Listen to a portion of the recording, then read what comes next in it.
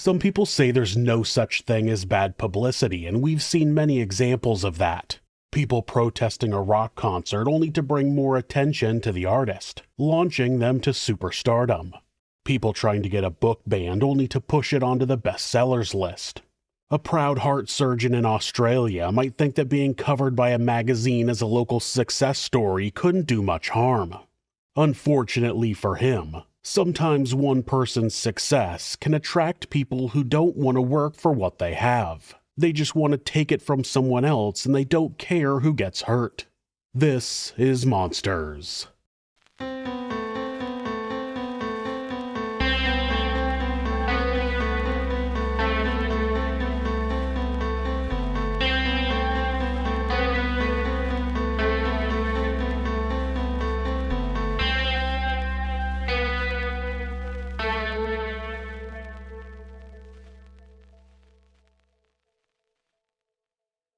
Chang Yam was born in Shanghai, China on November 21, 1936 to Australian-born parents of Chinese heritage. He was given the English name Victor Peter Chang. His early years were marked by upheaval. When the Japanese invaded Shanghai, his family moved to Hong Kong and then Burma, continually trying to escape the increasing violence. Eventually, after the Japanese surrendered, the family moved back to Hong Kong where Victor's mother was diagnosed with breast cancer. She passed away when he was only 12. The loss of his mother deeply influenced his decision to pursue medicine, driven by a desire to alleviate human suffering. Victor's father sent him and his sister Frances to Sydney, Australia in 1951. Victor excelled academically, graduating from the University of Sydney with a medical degree in 1962. He trained under renowned surgeons in England and the United States, mastering the emerging field of open-heart surgery. By the 1970s, he returned to Australia, joining St. Vincent's Hospital in Sydney. There, he became a leading figure in cardiovascular surgery, co-founding the National Cardiac Transplant Unit in 1984. Victor's innovations in heart valve transplantation and his development of the artificial heart valve crafted from titanium and Dacron earned him international acclaim. He performed over 190 heart transplants, achieving survival rates that rivaled global standards. His dedication extended beyond the operating room as he campaigned tirelessly for organ donation awareness, believing every life deserved a chance. By the late 1980s, Dr. Chang was a household name in Australia. His humility and compassion endeared him to patients and colleagues alike. He often waived fees for those unable to pay and mentored young surgeons, emphasizing ethics alongside technical skill. His work laid the foundation for Australia's prominence in cardiac care, and his research influenced advancements in immunology and post-transplant care. In recognition of his contributions, Victor was named Australian of the Year in 1986. Colleagues described him as a surgeon with the hands of a pianist and a man who treated every patient like family. Yet despite his fame, Victor remained unassuming. A dedicated doctor whose mission was simple: to save lives. Outside of his dedication to his work, Victor was also a devoted family man. He met his wife Anne in 1966 and the couple married on April 20th, 1968. They had a daughter named Vanessa in 1969 and a son named Matthew in 1970. Though Victor tried to remain humble, his success attracted the media. He was featured in a magazine article that highlighted people of Asian heritage who had done well for themselves in Australia. That simple article would end up inspiring two greedy men to carry out a plan that would ultimately end Victor's life. Chiew Seng Liew and Phillip Choon Lim, two Malaysian nationals, coordinated a poorly planned extortion scheme that targeted wealthy Asian businessmen in Australia. Their goal was to collect $3 million, but they weren't going to run away with the money and live the good life. No, the duo wanted the money as startup capital for a new venture. After they paid off some gambling debts, they planned to set up their own gambling den or possibly a massage parlor. How ambitious. They used the article as a list of potential targets, and due to his wealth and professional success, they chose Dr. Chang to be their victim. The group's original plan involved either holding Victor's family captive in their home or setting up a roadside ambush to get the ransom. Liew, Lim, and a third man named Stanley Ng made their first move at Victor's Parole Avenue home in Clontarf 8 days before the fatal shooting. They planned to take the family hostage and threatened to hang them unless Victor withdrew $3 million from his bank accounts. An unknown vehicle in the driveway forced them to abandon their first attempt. The group returned the next day for a second try, but that attempt also failed. After the two failed attempts to take the Chang family hostage, Ng pulled out of the scheme completely. His exit did not stop Liew and Lim from continuing their dangerous plan. The failed attempts at the Clontarf residence became a crucial turning point in the case. Liew and Lim refused to give up after those failures, and their stubbornness led to their deadly encounter with Dr. Chang in Mosman. Their defense counsel later described Lim as an amateur desperado, which showed how unprofessional their criminal operation was. The way they picked their target and failed at Victor's home showed how poorly they planned everything. They had no personal connection to the doctor and knew little about his situation. Yet they stayed committed to their misguided plan, driven only by what they saw as his wealth in a magazine article. On July 4, 1991, Dr. Chang drove his Mercedes-Benz 500 SL through peak-hour traffic at 7:45 a.m., unaware of the blue Toyota Corolla following him.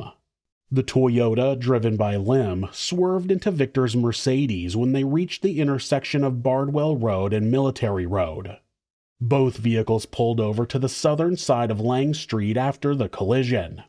The drivers stepped out of their cars, where Liew immediately grabbed the heart surgeon's arm and pulled out a pistol. He told Victor that he just needed financial help. The doctor stayed calm and offered to write a check while reaching for his wallet. David Goff, a local resident, walked down Lang Street at that moment and heard Victor cry out desperately, quote, "Call the police, they've got guns." The tragic confrontation reached its peak at 8 a.m. with 16 people watching.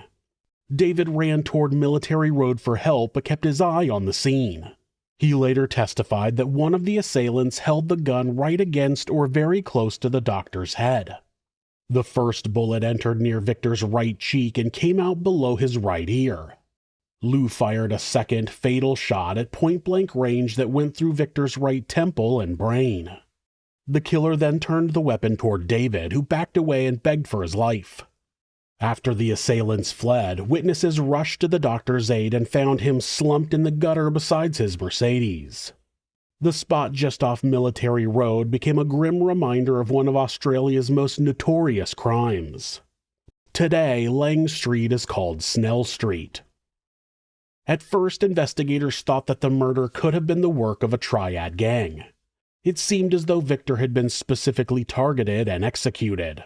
They began investigating the idea that the doctor was being pressured by the gang to transplant organs obtained from executed Chinese criminals into wealthy patients. That line of investigation would end up being far from the real story. Detectives talked to the many witnesses that were on the scene and got descriptions of the killers as well as their vehicle. They also found a wallet lying on the ground near the body of Dr. Chang. One investigator was so sure that no killer could be that stupid that he initially suspected that the wallet had been placed there intentionally as a red herring. These must be criminal pros who were trying to lead them in the wrong direction. But they would soon learn that that couldn't have been further from the truth. The wallet belonged to Chiew Seng Liew, and he actually had been stupid enough to drop it at the scene of a murder.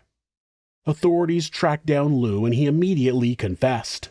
That was when investigators learned the identity of Phillip Choon T. Lim and that there was a third man involved named Stanley Ng. Authorities picked up Ng, but Lim had managed to escape the immediate dragnet and fled to Malaysia. Unfortunately for him, his freedom didn't last long. Ng became a vital witness as the investigation progressed. He had backed out of the extortion scheme just one day before the murder and gave vital testimony about the group's original plan. He detailed the two failed attempts to hold Dr. Chang and his family at his Clontarf home, where they wanted to force him to withdraw $3 million. Ng received immunity from prosecution because he cooperated with prosecutors. Liew stayed in custody while Lim's escape started an international manhunt. Lim managed to hide in Malaysia for 4 months. After his arrest, authorities rushed his return to Australia to face trial. Prosecutors built their case around the group's original scheme. They planned to kidnap Dr. Victor Chang, hold him and his family hostage, and force him to withdraw money through violent threats. Lim claimed his innocence throughout the trial and said he didn't know about Liew's gun. Liew, however, admitted his guilt. Chiew Seng Liew received a 26-year sentence with parole eligibility after 20 years, while Phillip Choon Lim faced 24 years with parole eligibility after 18 years. Justice Slattery's landmark ruling denounced the criminal scheme as, quote, an absurd, improbable plan always doomed to failure. Justice Slattery emphasized that the heinous nature of the crime itself was what he based his sentences on. He said that, quote, the objective seriousness of the murders is not aggravated by the stature and status of the victim. Dr. Victor Chang's funeral drew thousands, including political leaders, medical professionals, and grieving citizens. Prime Minister Bob Hawke eulogized him as a great Australian whose death was a national tragedy. Tributes poured in globally, with the World Health Organization honoring his contributions to public health. In the aftermath, the Victor Chang Cardiac Research Institute was established in Sydney in 1994, advancing research into heart disease and fostering young talent.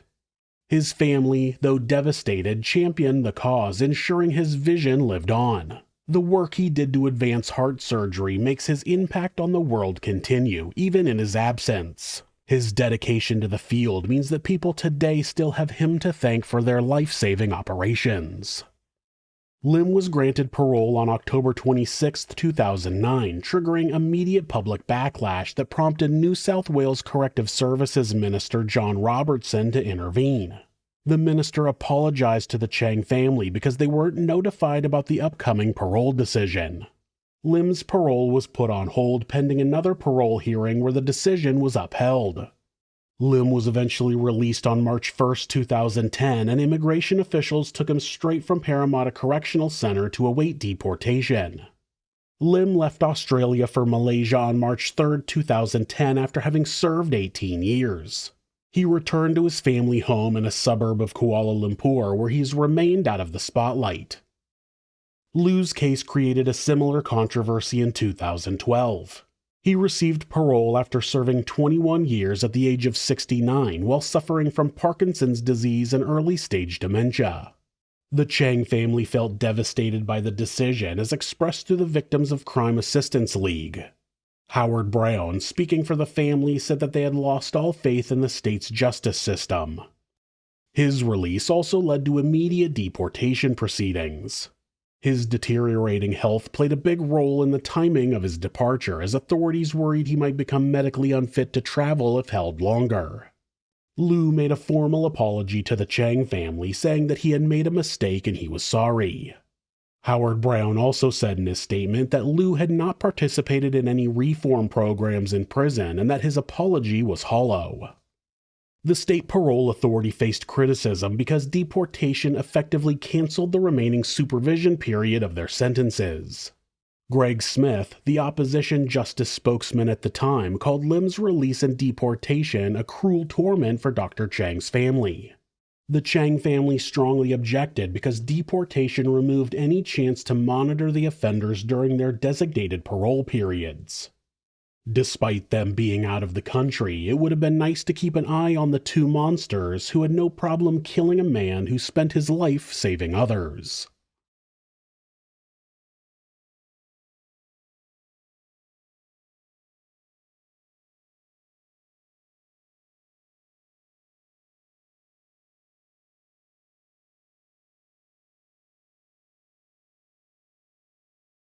If you're a fan of true crime, hit subscribe and turn on notifications so you don't miss an episode. You can also hit like or leave us a comment. You can check out our other show, Somewhere Sinister, on YouTube or anywhere that you listen to podcasts. If you'd like to support the show, check out our merchandise at thisismonsters.com. The link is in the description. Thanks again, and be safe.